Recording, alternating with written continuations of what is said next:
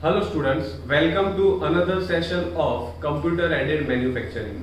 Hope you like our videos. If you like our videos then please like, share and subscribe our channel. आप नीचे जाके subscribe कर सकते हो. In today's our session we will discuss one more important topic about computer aided manufacturing. उसके अंदर आज हम देखेंगे automatic tool changer and automatic pallet changer. So let's start with our today's content.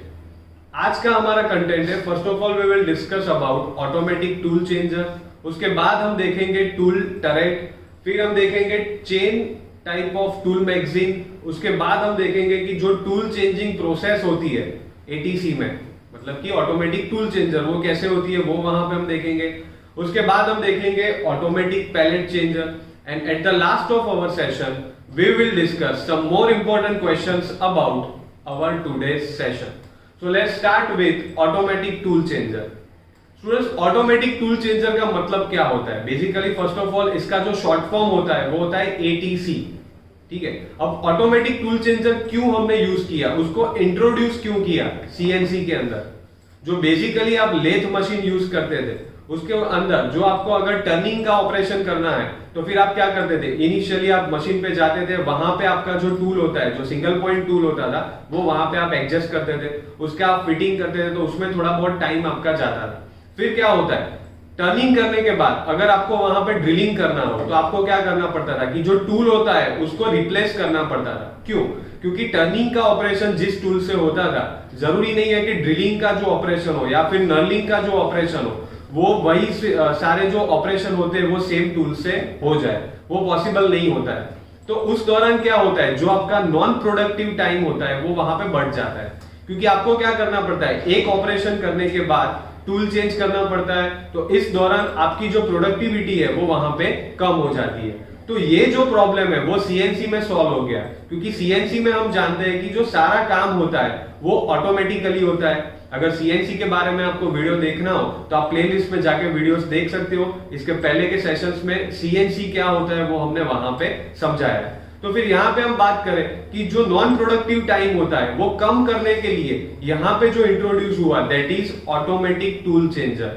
Automatic tool changer में क्या होता है, वो बहुत ही क्विक होता है. वो क्या करता है कि जो टूल्स होते हैं इसके अंदर आप मोर देन 30 टूल्स एक साथ आप फिट कर सकते हो स्टूडेंट्स. तो ये एक बहुत ही बड़ा एडवांटेज है कि जब भी आप मशीनिंग के लिए यूज करते हो सीएनसी मशीन, उस दौरान एटीसी में आप मोर देन 1 टूल एक साथ यहाँ पे स्टोर कर सकते हो.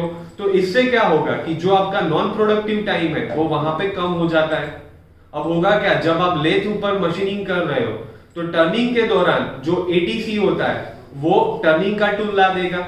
फिर टर्निंग होने के बाद अगर आपको नर्लिंग करना है तो उस दौरान क्या होगा स्टूडेंट, जो ऑटोमेटिक टूल चेंजर होता है वो वहां पे फिर जाएगा, मतलब वो वहां पे रोटेट हो जाता है, और उस दौरान क्या करता है कि जो नर्लिंग का टूल होता है वो वहां पे आके सेट हो जाता है. तो ये जो प्रोसेस होती है अगर हम नॉर्मल मशीन्स के ऊपर करें तो वो बहुत ही टाइम कंजप्शन लेता है, क्योंकि उसको आपको सेंटरिंग करना पड़ता है. तो उसमें क्या होता है, जो टाइम होता है वो वहां पे ज्यादा कंजप्ट होता है, वो वहां पे ज्यादा यूज होता है. जबकि एटीसी में क्या होगा कि जो मशीन है वो खुद ब खुद अपने हिसाब से ही जो टूल है उसको वहां पे चेंज कर देगा. Generally it is used to improve the capacity of machine to work with a number of tool.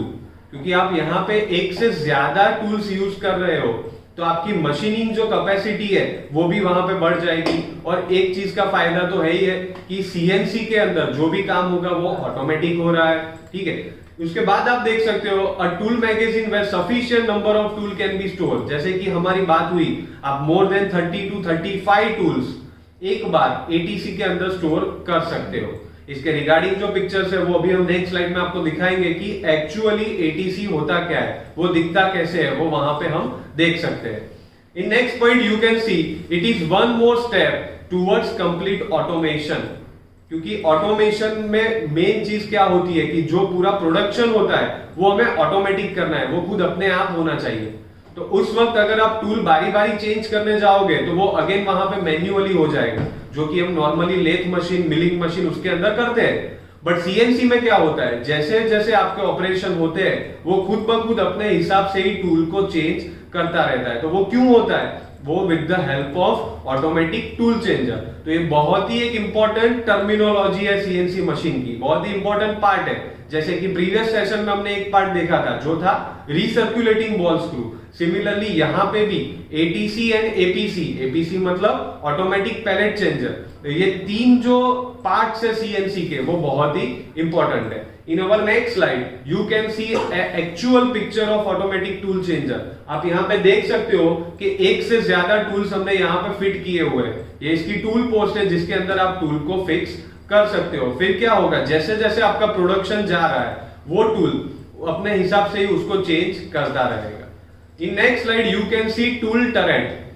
अभी यहाँ पे आप इसका डायग्राम देख सकते हो जो कि एक 2D व्यू हमने दिखाया है यहाँ पे कि सीएनसी के अंदर ड्रिलिंग या फिर मिलिंग मशीन हो, इसके अंदर इस हिसाब से आपका टूल टरेट होता है। इसके अंदर आप देख सकते हो मोर देन वन टूल जो कि ड्रिलिंग मशीन में आपको काम में आते हैं, जैसे कि रिमिंग ऑपरेशन आप करते हो, टैपिंग करते हो, ठीक है, सिंक बोरिंग जो ऑपरेशन होता है, बोरिंग ऑपरेशन होता है। तो सभी ऑपरेशन के जो टूल्स है वो यहाँ पे आप एक ही साथ एक ही टरेट के अंदर फिक्स कर सकते हो। जो लेथ मशीन में या फिर बेसिक ड्रिलिंग मशीन होता है उसके अंदर क्या होता है, आप एक या फिर दो टूल एक साथ फिट कर सकते हो, जबकि इसके अंदर आप मोर देन 25-30 टूल्स एक साथ यहाँ पे आप फिट कर सकते हो। तो फिर क्या होगा कि जो सेंटरिंग करने में आपका टाइम जाता था वो जो नॉन प्रोडक्टिव टाइम होता है वो वहां पे कम हो जाता है। In our next slide you can see chain type of tool magazine.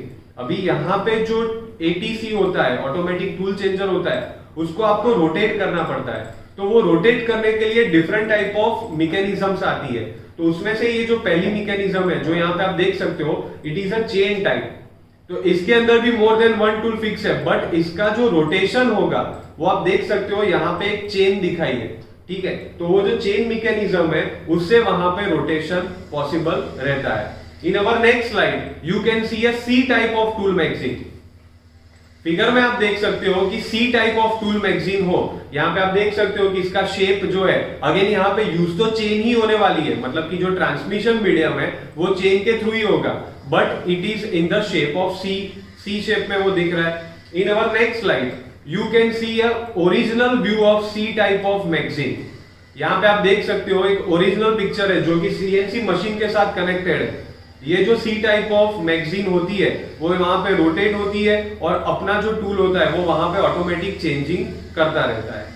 In our next slide you can see tool changing process of automatic tool changer, कि उसको अगर आपको चेंज करना हो तो क्या प्रोसेस करनी पड़ती है। तो सबसे पहला स्टेप है कि आपको कमांड देना पड़ेगा।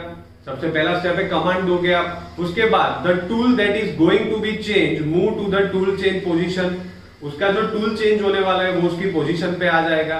Then the ATC and then move into the original position, वो जो एटीसी होगा वो आपका ओरिजिनल पोजीशन पे आ जाएगा। और एट लास्ट क्या होगा कि जो एटीसी है वो एटीसी आपका जो टूल है उसको चेंज कर देगा। In our next slide you can see tool changing position. जो टूल चेंजिंग पोजीशन होती है वो यहाँ पे दिख रही है कि जो एटीसी होता है वो बारी बारी घूम के आता है, रोटेट हो जाता है, जो टूल आपके काम का है वो वहां पे वो उसको यूज कर लेता है। In our next slide you can see automatic pallet changer. Students, automatic pallet changer का मतलब क्या होता है कि लेथ मशीन में सिर्फ एक ही चक होता है जिसके ऊपर आप एक जॉब को फिट कर सकते हो, जबकि यहां पे आप देख सकते हो सीएनसी के अंदर 2 पैलेट या फिर 3 पैलेट होते हैं। तो इसमें क्या होगा कि जब पैलेट 1 के ऊपर काम हो रहा है तब आपका पैलेट 2 फ्री है। तो आप क्या करोगे, पैलेट 2 के ऊपर आपका जो नेक्स्ट जॉब है उसको वहां पे सेट कर दोगे।